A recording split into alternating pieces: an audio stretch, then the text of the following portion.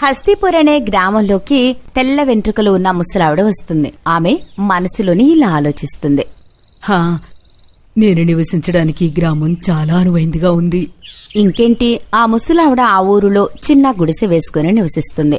ఊర్లోని ఆడవాళ్లు ఆ ముసలావిడిని చూసి ఇలా మాట్లాడుకుంటారు. పద, ఆవిడ దగ్గరికి వెళ్లి అడుగుదాం. అమ్మా, ఈ గ్రామానికి నువ్వు కొత్తలా ఉన్నావు? అవునమ్మా, అవును. నేను ఈ గ్రామానికి కొత్త. నా కోడలు నన్ను ఇంట్లో నుంచి బయటకు పంపించింది. అందుకనే నేను ఇక్కడ ఉండడానికి వచ్చాను. నువ్వు ఈ గ్రామంలో నిశ్చింతగా ఉండొచ్చమ్మా. నీకేదైనా అవసరమైతే తప్పకుండా మమ్మల్ని పిలవండి. తర్వాత వాళ్ళందరూ వెళ్లిపోతారు. వాళ్ళు వెళ్లిపోగానే ఆ ముసలావిడ దెయ్యం రూపంలోకి మారి నవ్వడం మొదలు పెడుతుంది. ముసలామె ఆమె వాకిలి ఊడ్చుకుంటూ ఉంది. అక్కడి నుంచి ఒక యువతి వెళ్తూ ఇలా అంటుంది. రామ్ రామ్ అమ్మా, ఎలా ఉన్నారు? నేను బాగానే ఉన్నానమ్మా. దెయ్యం చూపు ఆ యువతి వెంట్రుకలపై పడుతుంది. నీ వెంట్రుకలు చాలా నల్లగా ఉన్నాయమ్మా. అవునమ్మా. ఆ యువతి వెంట్రుకలని తన చేతితో తడుముతుంది. అబ్బా, చాలా ఒత్తుగా పొడవుగా నల్లగా చిక్కగా ఉంది నీ జుట్టు. ఏంటమ్మా మీరు ఆ యువతి అక్కడి నుంచి వెళ్లిపోతుంది. కాని ఆ ముసలామె ఆ యువతి యొక్క ఒక వెంట్రుకను తీసుకుంటుంది. చూస్తూ ఇలా అంటుంది. వావ్, ఎంత అందమైన నల్ల జుట్టు. తర్వాత రాత్రవగానే గ్రామంలో ఉన్న అందరూ నిద్రపోతారు.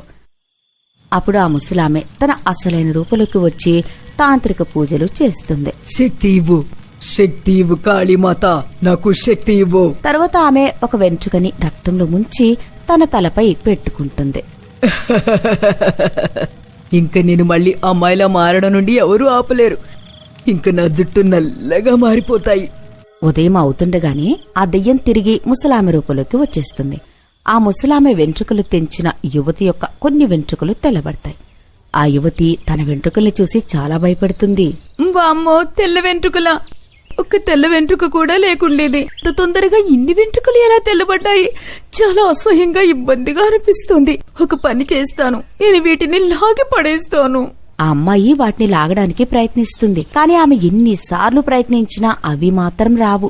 అయ్యో దేవుడా, ఇవి ఇంత గట్టిగా ఎలా అయ్యాయి? ఈ వెంట్రుకలు ఎందుకు కూడడం లేదు?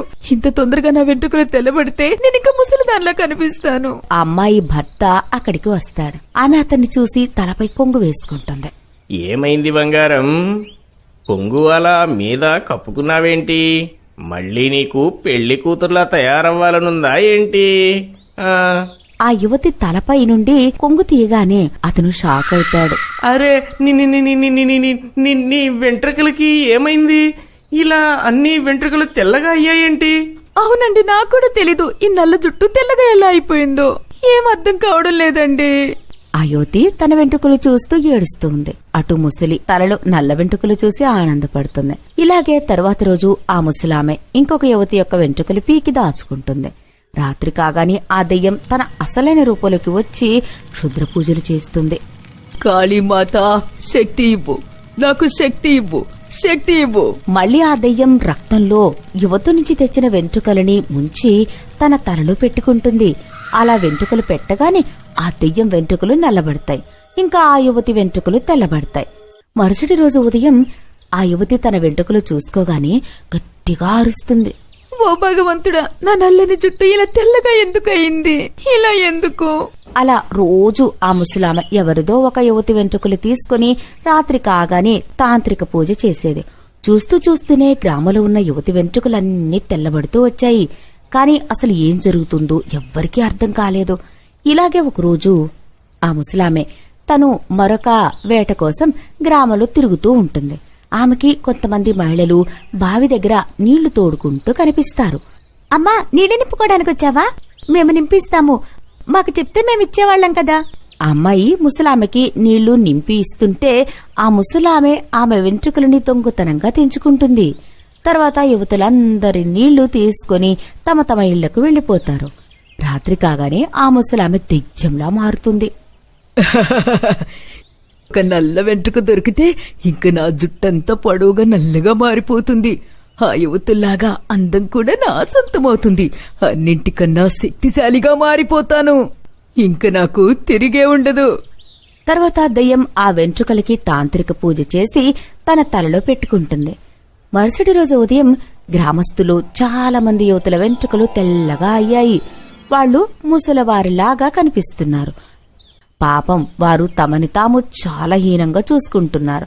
ఆ యువతులందరూ ఆ వెంట్రుకల్ని తెంపాలి అని ఎంత ప్రయత్నించినా అవి మాత్రం తెగేవి కాదు. ఆ దెయ్యం గ్రామంలోకి యువతులందరి వెంట్రుకలు తెంపి తన తలలో ఉంచుకుంటూ యువతిలాగా మారిపోయింది. తనని తాను అద్దంలో చూసుకుంటుంది. వావ్, నా నల్లని వెంట్రుకలు. నేను ఎంత అందంగా కనిపిస్తున్నాను. ఉదయం అవుతుండగానే దెయ్యం తిరిగి తన ముసలావిడ రూపంలోకి వచ్చేస్తుంది. తరువాత మరుసటి రోజు, అసలు నా భార్య వెంట్రుకలు ఎంత నల్లగా ఉండేవో తెలుసా? అంతా అకస్మాత్తుగా తెల్లగా మారిపోయాయి. అవును అన్నా, నా భార్య వెంట్రుకలు కూడా తెల్లగా అయ్యాయి. అర్థం కావటం లేదు. వెంట్రుకలు తెల్లబడినప్పటి నుంచి తను ఏడ్చి ఏడ్చి ఆరోగ్యం కూడా క్షీణించింది. గ్రామంలోని యువతులందరివి ఒకరి తర్వాత ఒకరి వెంట్రుకలు నల్ల రంగు నుంచి అకస్మాత్తుగా తెల్ల రంగుగా మారుతున్నాయి. ఎందుకో? అప్పుడే ఆ ముసలామె బావి దగ్గర నీళ్లు తీసుకోవడానికి వెళ్తుండడం వాళ్ళు చూస్తారు. ఆ ముసలామెని చూసి వాళ్ళు షాక్ అవుతారు. అరే అన్నా, నేను చూసేది నిజమేనా? నీకు కూడా ఇది కనబడుతుందా? అవునరా, ఈ ముసలామె జుట్టు తెల్లగా ఉండేది కదా, మరి ఈమె జుట్టు నల్లగా ఎలా మారింది? నాకైతే ఇదేదో అనుమానంగా ఉంది. ఇదేంటో మనం తెలుసుకుని తీరాల్సిందే. పదా. అప్పుడే గ్రామంలోని కొంతమంది యువతులు తలపై కొంగులు ధరించి బావి దగ్గర నీళ్ల కోసం వచ్చారు. ఏమైంది వదినా, తలపై కొంగెందుకు ధరించారు మీరు? అదే ఉన్నట్టుండి గాలి గట్టిగా వీస్తుంది. వెంటనే అందరి తలపై నుండి కొంగులు కింద పడతాయి. అలా అందరూ ఒకరినొకరు చూస్తారు. బిమ్లా, నీ జుట్టు కూడా తెల్లగా అయింది. నీవి కూడా తెల్లబడ్డాయి. ఇలా ఒకరినొకరు చూసుకుని మాట్లాడుకుంటూ ఉంటారు. ఇది మాయాజాలం. గ్రామంలోని అందరి యువతుల వెంట్రుకలు తెల్లబడుతున్నాయి. ఏంటిది? తర్వాత అక్కడికి ఆ ముసలావిడ నీళ్లు నింపుకోవడానికి వస్తుంది. ఆ యువతులందరూ ఆమెను చూసి షాక్ అవుతారు. అమ్మా, నీ జుట్టు నల్లగా ఎలా అయింది? అరే బిడ్డ, మీ గ్రామం నూనెనే అలా ఉందమ్మా. పెడుతూ ఉంటే అలా నల్లగా అవుతున్నాయి. సరే, కొంచెం నాకు నీళ్లు నింపివ్వండి, నేనింకా వంట చేసుకోవాలి. ఆ ముసలావిడ నీళ్లు తీసుకుని అక్కడి నుంచి వెళ్లిపోతుంది. అక్కడ యువతులు ఇలా మాట్లాడుకుంటూ ఉంటారు. నాకేదో తేడాగా అనిపిస్తుంది. అమ్మ వెంట్రుకలు నల్లగా అవుతున్నాయి, మనందరి వెంట్రుకలేమో తెల్లగా అవుతున్నాయి. ఇంకో యువతి ఇలా అంటుంది. నాకెందుకో ఈ ముసలామె మీద అనుమానంగా ఉంది. ఈ ముసలామె వెంట్రుకలు నల్లబడుతున్నాయి, గ్రామంలో అందరి వెంట్రుకలు తెల్లబడుతున్నాయి. ఇలా ఎలా జరుగుతుంది అసలు? మనం ఈ విషయాన్ని కనిపెట్టాలి. అసలు ఈ ముసలామ్మ సంగతి ఏంటో తేల్చాలి. పదండి, ఈ రోజు రాత్రి ఎలాగైనా ఆమె సంగతి తేలుద్దాం. తర్వాత కొందరు యువకులు ఆ ముగ్గురు రాత్రి అయ్యేదాకా వేచి ఉంటారు. ఆ యువతి ఆ ముసలామె ఇంటి కిటికీ బయట దాక్కుని తొంగి చూస్తూ ఉంటారు. అలా ఆ దెయ్యం తన అసలైన రూపంలోకి వస్తుంది. అయ్యో, ఈ అమ్మ దెయ్యం! ఆ దెయ్యం రక్తంలో వెంట్రుకలు ముంచి తన తలలో పెట్టుకోవడం వాళ్ళందరూ చూస్తారు. ఇంకా ఒక్కటే వెంట్రుక. ఇంకా నా జుట్టు అన్ని రకాలుగా మిలమిలలాడుతుంది. నేను యవ్వనంగా మారుతాను. ఇంకా ఈ గ్రామాన్ని ఏలుతాను. ఇంకా ఒక్కటే రోజు. దెయ్యం మాటలు విని వాళ్ళందరూ భయపడతారు. ఆ దెయ్యం రేపు ఎవరి వెంట్రుకలైనా తీసి తన తలలో పెట్టుకునే కంటే ముందే మనమే ఏదో ఒకటి చెయ్యాలి. రేపే మనం తాంత్రిక బాబా గారి దగ్గరికి వెళ్దాము. తనే మనకు ఏదో ఒక దారి చూపించగలడు.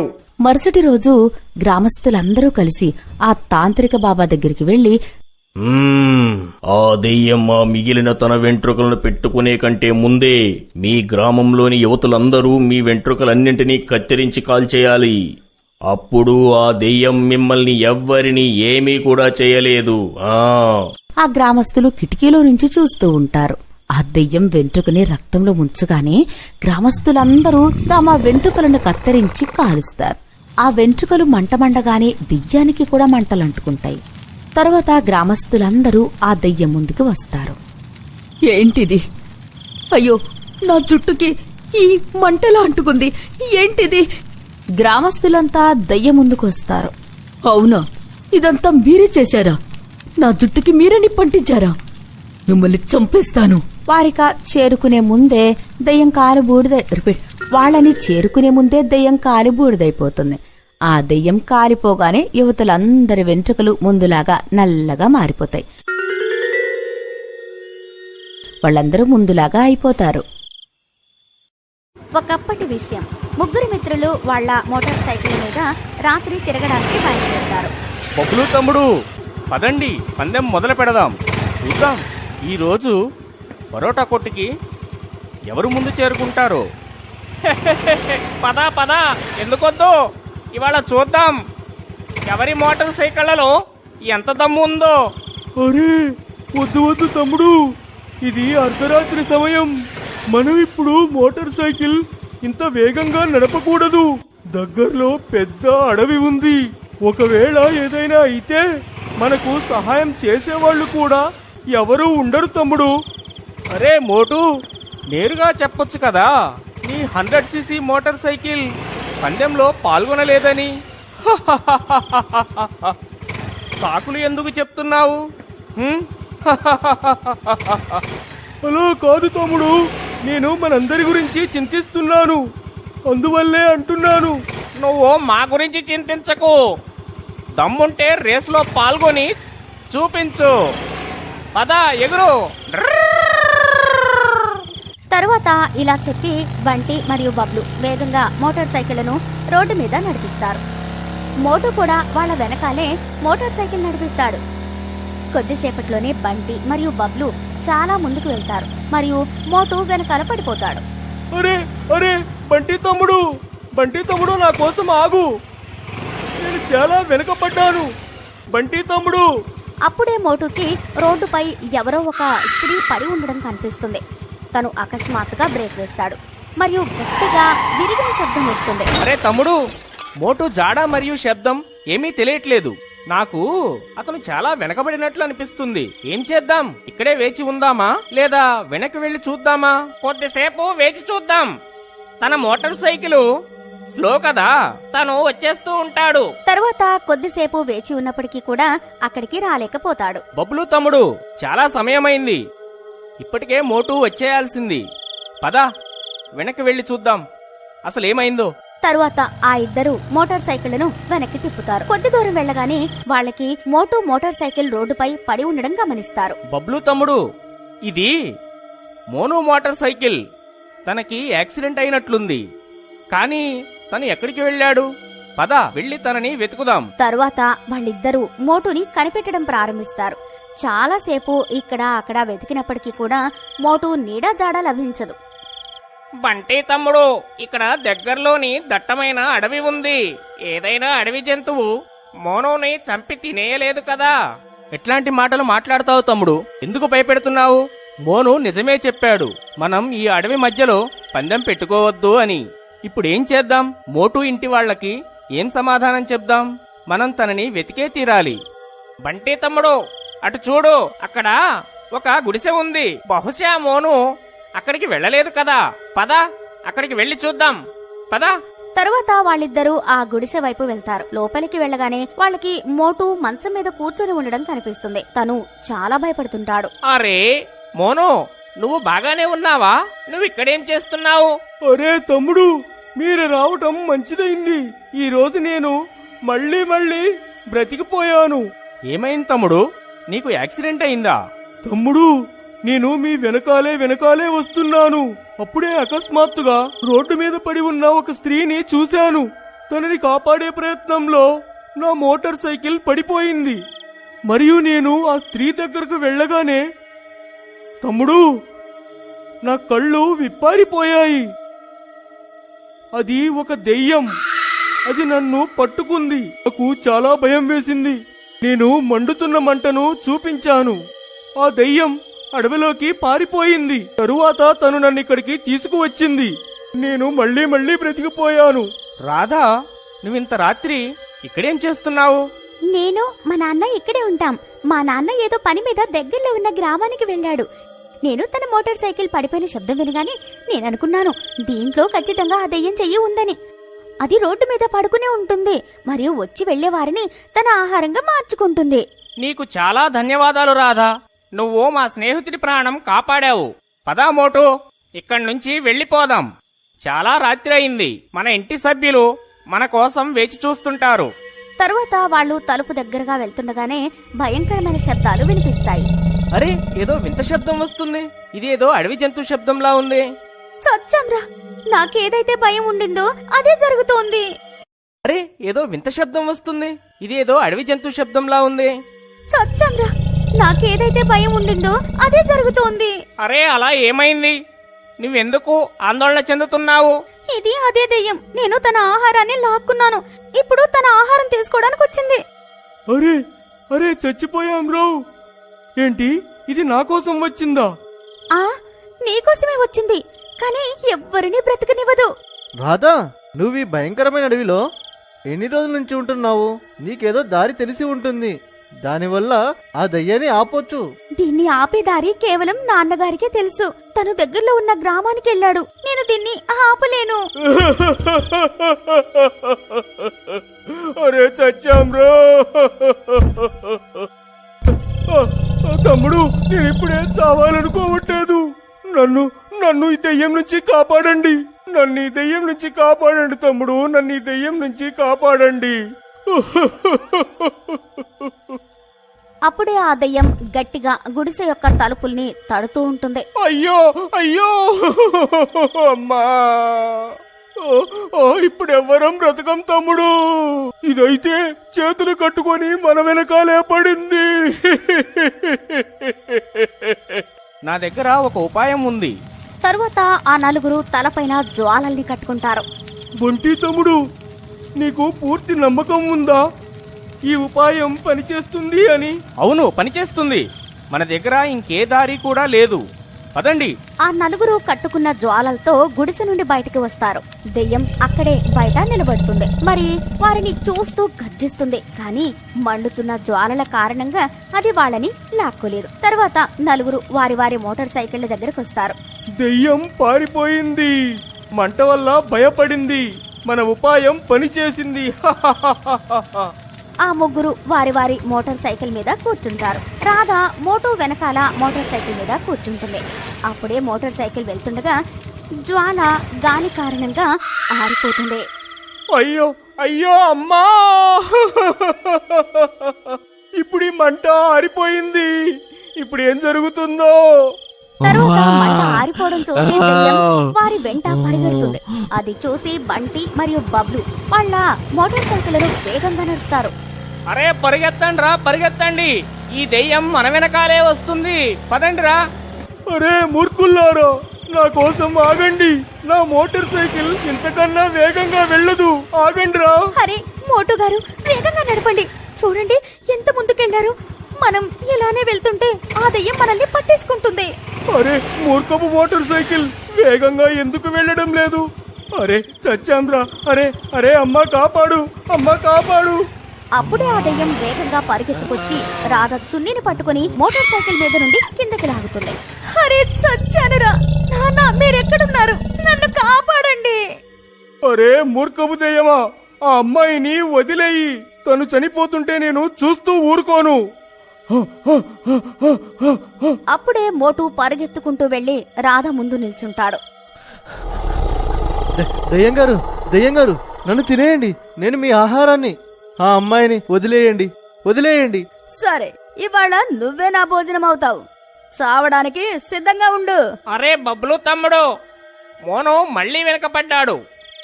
పద, తనకి సహాయం చేద్దాం.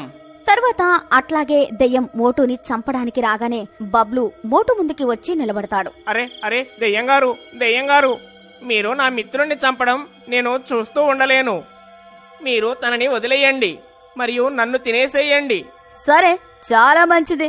నువ్వు తనకన్నా చాలా బలంగా ఉన్నట్లు అనిపిస్తోంది. నిన్నే తినేస్తాను. దెయ్యం బబ్లుని చంపడానికి ముందుకు వస్తుంది. బంటి దాని ముందుకు వచ్చి నిలబడతాడు. దెయ్యంగారు, మీరు నా మిత్రులందరినీ వదిలేయండి. వీళ్ళందరి బదులు నేను బలైపోవటానికి సిద్ధంగా ఉన్నాను. నన్ను పిచ్చిదాన్ని అనుకుంటున్నారా? ఒకరి కోసం ఒకరు చావడానికి చాలా షోకుంది కదూ. అందరూ ఒకేసారి చావడానికి సిద్ధంగా ఉండండి. తరువాత అలాగే దెయ్యం బంటి మెడను పట్టుకోవడానికి రాగానే ఒక తెలియని వ్యక్తి బంటి ముందుకొచ్చి నిలబడతాడు. దెయ్యం తనని చూసి భయపడుతుంది. నువ్వెక్కడికెలా వచ్చావు? నాన్న వచ్చేసారా? అరే మామయ్య గారు, మీరు వచ్చేసారా? ఇప్పుడు ఈ దెయ్యాన్ని మీరు సరదాగా ఆట ఆడేయండి. తర్వాత రాధ వాళ్ళ నాన్న జోలి నుండి దేవుడి విభూతి తీసుకొని ఆ దెయ్యం మీద వేస్తాడు. విభూతి వేయగానే దెయ్యం తడబడుతుంది. ఆ చచ్చానురా. తర్వాత ఇలా అని ఆ దెయ్యం అక్కడి నుంచి పారిపోతుంది మరియు అడవిలో ఎక్కడో మాయమైపోతుంది.